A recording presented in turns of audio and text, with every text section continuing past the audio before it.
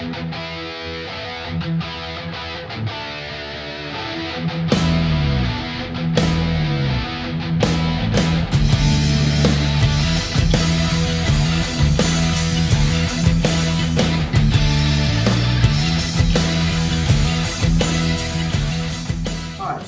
here, keyboard player with Marquis de Sade, and I'm here to give you a quick rundown on the gear that I use for the Marquis de Sade live shows.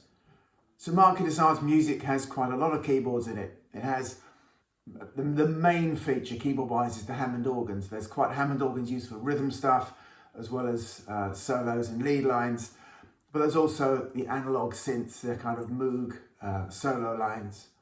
But on some of the newer songs, there's also other stuff like strings, sort of synth pads, mellotron, even some brass and sound effects, piano, choirs. So when I started doing the gig, I had quite a big rig. I was using a Hammond organ clone, a Nord C2 that I've used for years. It's a fantastic instrument and certainly beats lugging a real Hammond organ around. I was using an analog modeling synth, a Korg MS-2000 analog synth. I was using a Korg stage piano, and I had a Yamaha workstation synth for all the other sort of general stuff. And I quickly realized that this was just way too much gear. I needed to find a way of streamlining this for many of the venues that Marquis de Sade would be playing. It was just taking up too much space. It took too much time to set up, and you know, you get to a certain age and you don't want to be lugging all that stuff around. So I was looking for ways of streamlining the rig, but also as a keyboard player, you quite often, well, you find yourself stuck behind this big pile of equipment.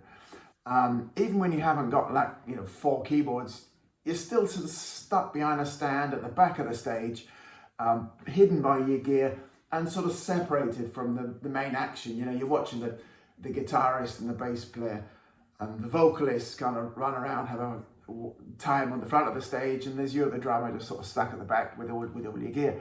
So I was kind of thinking also ways I could get myself out a bit more front and center and have a bit more fun with it. And of course, the first thing I'm coming up with is one of these, you know, bring back the 80s, why not?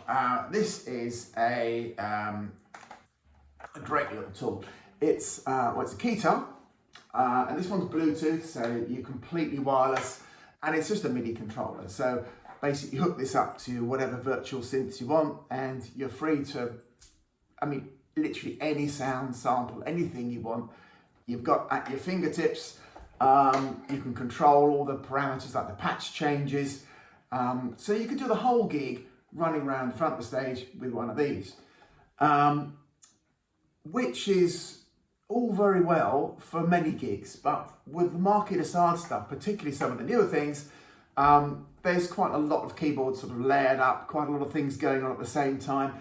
And the main limitation with this little bad boy is that you can only play with one hand. Your left hand is basically stuck here doing your pitch bend and the mods and the patch changes and the various other things up here.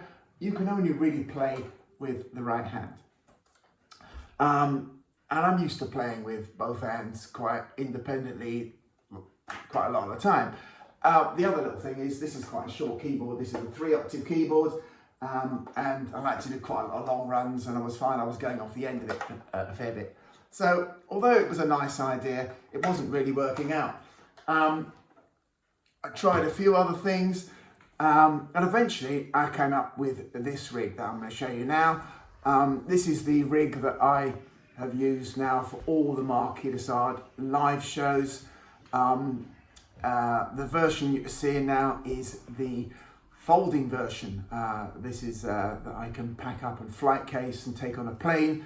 So I've used this for like the European shows, but I have another version of this same rig that is has like a nice kind of wooden case, like a 70s synth. So I tried a few different MIDI controller keyboards before settling on these M audio units. As basically I'm a pianist, so I like a bit of resistance. I don't like keyboards with too light an action. So I like a bit of feedback, and these have got a bit of a, you know, a bit of resistance to them. So I really like the feel of these. They're good and solid. They've travelled well. They've been in and out of flight cases on off planes and things. They're all running really well. So the rig that you see, the keyboards are just MIDI controllers. All the sound generation is done using MainStage 3 software running on a MacBook Pro. So I've got two MacBook Pros as well, so I've got a backup one, but I've never actually had to use it. The system's really solid and it's never let me down. Shouldn't say that, but clearly I've jinxed it now. Anyway, let's flip the camera and I'll show you how it works. So as you can see, with this setup, it's a bit more visually interesting for the audience. The keyboards are set lower, and because they're tilted towards the audience, they can see what my hands are doing. And the angle actually is actually really ergonomic, because quite often with keyboards, you find your wrist tilted back in an uncomfortable way if you're standing up playing. But to stand and play, even though the keyboards are low, it actually works really nicely. It's got a really nice sort of ergonomic feel to it. So the way I have these set up, there's quite a lot of keyboards, as I said, on some of the Marquis de Sade songs, and it was really important to me from the start that, first of all, when we play live, it's as close as it can be to the album versions, to the recorded versions, and that everything is live. There's no backing tracks or loops. Everything you hear in a live show, I'm actually playing. But this does mean I have to be a bit creative with only two keyboards, and sometimes, in a song, 8, 12 different sounds to get round. So I've got it set up at the moment for London Air. London Air is one of the older Marquis de Sade tunes, and it's a very simple setup. I've just got my Hammond organ on the bottom. I've got the pedal, the foot pedal in this case, turns the Leslie on. So if I press the foot pedal, the Leslie kind of going up, which is a great way of keeping your hands free. And then on the upper manual, I've got a synth lead.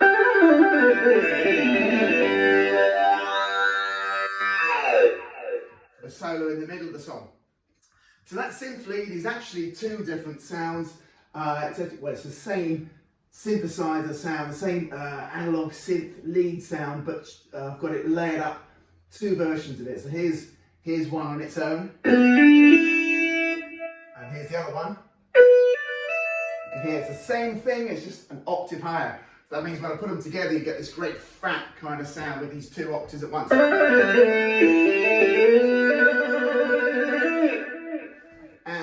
If I go now to one of the more complicated songs, like Border War, for example, there's a lot going on in Border War. I've got the bottom part of this keyboard set up for tubular bells. And at the same time, I've got two brass sounds there. They're actually trombones and French horns. And I've got them, the reason I've got two, again, I've put one detuned by a fifth. So I play one key. I've got a power chord on the brass. On the same patch, I've got the top half of this manual. What have I got set on the top half of the manual? I have to check. Oh, that's right. This is the chorus stabs. So that alone is about 4 different sounds layered up. You've got cathedral organs, you've got sawtooth synth pads, a bit of choir to really make it.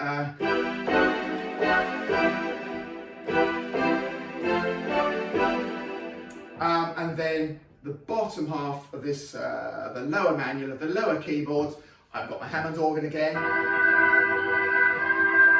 which again the Leslie pedal, and then the rest of the lower manual, about this much of it, is a sampled Steinway piano. And the reason I've got so much of the keyboard given over to the piano is that in the middle of the song there is a piano solo. So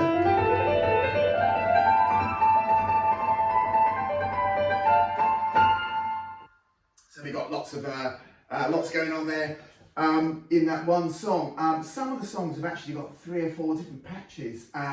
Let's find another interesting one. Okay, so this is a bit of an interesting one. So this is for the song Last Survivor, and I have a Last Survivor, if I can find it. There we go. Right, so Last Survivor. Oh my, there is so much going on in this song. So I've got the whole of the bottom manual, the whole bottom keyboards is a sort of combination of strings and sort of synth sounds and pads, including right to the bottom. But in the bottom octave and a bit, I've also added a bass synth. So I've got a little, always a piano in there as well. So I can get the,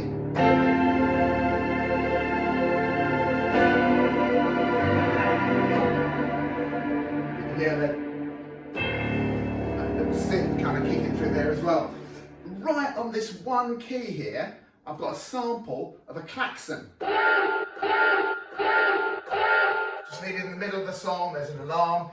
There we go, just on that one key. Up in the top half of the keyboard, there's a little flute sound right at the beginning of the song.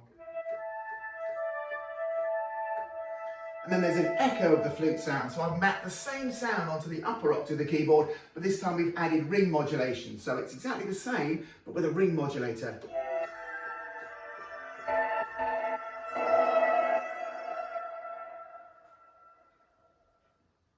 So I hope you've enjoyed this little insight into keyboard land at Marquis de Sade. Thanks for watching, and I'll see you at the next show.